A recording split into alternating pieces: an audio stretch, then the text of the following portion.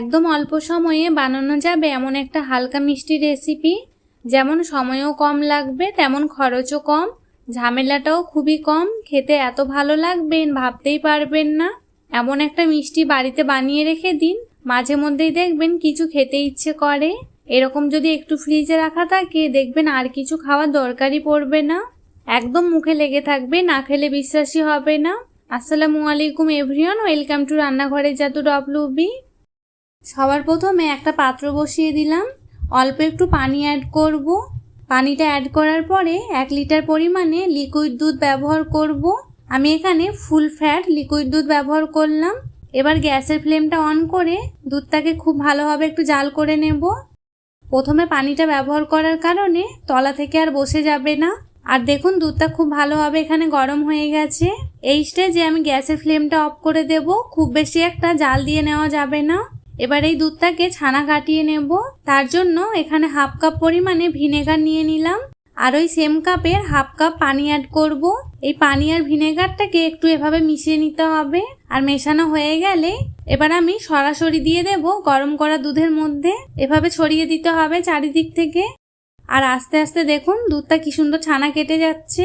এভাবে আলতো হাতে নাড়াচাড়া করলেই খুব ভালোভাবে ছানাটা কেটে যাবে আর পানিটা একদম স্বচ্ছ হয়ে যাবে, তার মানে ছানাটা খুব ভালোভাবে কেটে গেছে। এবার এভাবে খুব বেশিক্ষণ রাখা যাবে না, এবার ছেঁকে নিতে হবে। তার জন্য আমি এরকম একটা বোলের মধ্যে ছাঁকনি বসিয়ে দিলাম আর এরকম একটা সুতির কাপড় নিয়ে নিলাম। এবার আমি এর মধ্যে সবটুকু ছানা আমি ঢেলে দেব। এখানে যেহেতু ছানাটা কাটানোর জন্য ভিনেগার অ্যাড করেছি, তাই আমি অল্প একটু পানি দিয়ে ধুয়ে নেব।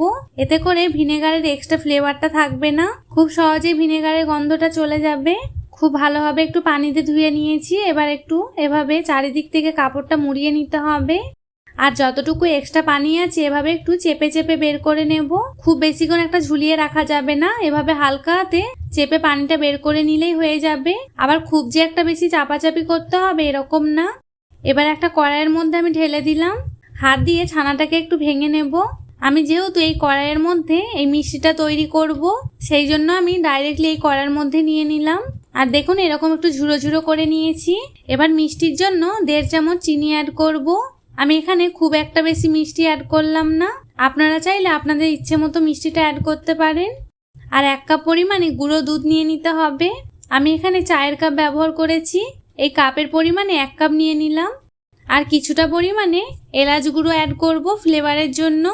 এবার কেওড়া জলটা নিয়ে নিতে হবে। আমি এখানে 2 ফোঁটা ব্যবহার করব, খুব বেশি একটা ব্যবহার করব না। আর দিয়ে দেব 1 চামচ ঘি। এবার সবগুলো উপকরণ খুব ভালোভাবে হাত দিয়ে একটু মিশিয়ে নিতে হবে। এই ছানাটাকে খুব স্মুথ ভাবে মেশাতে হবে, যেন কোনোভাবে দানা দানা না থেকে যায়। এভাবে মিশিয়ে নিতে হবে। এখানে দেখুন কিছুটা সময় ধরে খুব সুন্দরভাবে মেখে নিয়েছি, একদম দানা দানা নেই, খুবই স্মুথ হয়ে গেছে। এবার আমি গ্যাসের ফ্লেমটা অন করে দেব আর গ্যাসের আঁচটাকে লো ফ্লেমে রেখে আমি এভাবেই নাড়তে থাকবো 1 মিনিটের জন্য। নাড়তে নাড়তে দেখবেন খুব সুন্দর দলা পাকিয়ে যাচ্ছে। এরকম পর্যায়ে নামিয়ে নিতে হবে। খুব বেশিক্ষণ ধরে একটা ছানাটাকে পাক দেওয়া যাবে না, তাহলে পানি ছেড়ে দিতে পারে। এবার একটা প্লেটে ঢেলে নিতে হবে। একটু হালকা ঠান্ডা করে নেব, খুব বেশি একটা ঠান্ডা করা যাবে না। হালকা গরম থাকা অবস্থায় আমি অল্প অল্প করে হাতে নেব আর এভাবে লম্বা লম্বা মিষ্টি শেপ দিয়ে নেব। আরও একটা আমি করে দেখাচ্ছি। এইভাবে রেডি করে নিলে কিন্তু মিষ্টিটা তৈরি করতে খুবই সুবিধা হবে। আমি সেমভাবে সবগুলো মিষ্টি তৈরি করে নিলাম। আর এদিকে দেখুন একটা আমসত্ত্ব নিয়েছি, এই আমসত্ত্ব থেকে একটা একটা করে এভাবে স্লাইস উঠিয়ে নিতে হবে। দেখুন কত সহজে উঠে গেল। এবারে একটা করে স্লাইস নেব আর হাতের মধ্যে রেখে রেডি করে রাখা মিষ্টিটা দিয়ে এভাবে রোল করে নিতে হবে। এখানে একটা আমসত্ত্বের মিষ্টি রেডি হয়ে গেল খুব সহজেই। আমি আরও একটা তৈরি করে দেখাচ্ছি। এটা তৈরি করা কিন্তু খুবই সহজ, কোনো ঝামেলা ছাড়াই খুব সহজে আপনারা এই মিষ্টিটা তৈরি করে নিতে পারেন আর খুবই অল্প উপকরণ লাগে। আমি সেমভাবে সবগুলো মিষ্টি তৈরি করে নেব। একটু দেখতে ভালো লাগার জন্য ওপর থেকে এভাবে একটু পেস্তা কুচি ছড়িয়ে দেব। এরকম মিষ্টি কিন্তু দোকানে কিনতে পাওয়া যায়, বাট আমরা দোকান থেকে না কিনে এনে খুব সহজে বাড়িতে বানিয়ে নিতে পারি। দেখে কিন্তু মনেই হচ্ছে না যে বাড়িতে বানানো হয়েছে, একদম দোকানের মতো লাগছে। আর খেতেও খুবই ভালো লাগে, না খেলে বিশ্বাসই হবে না, একদম মুখে লেগে থাকবে। এভাবে তৈরি করে অনেক দিন পর্যন্ত আপনারা ফ্রিজে রেখে দিতে পারেন, যখন মন চাইবে ফ্রিজ থেকে নিয়ে খেতে পারেন। এটা অনেক দিন পর্যন্তই ভালো থাকে। আশা করি এই সম্পূর্ণ আমসত্ত্বরের মিষ্টি রেসিপিটা আপনাদের অনেক ভালো লাগবে। আর যদি ভালো লেগে থাকে তাহলে প্রতিবারের মতো কমেন্টে জানাতে ভুলবেন না।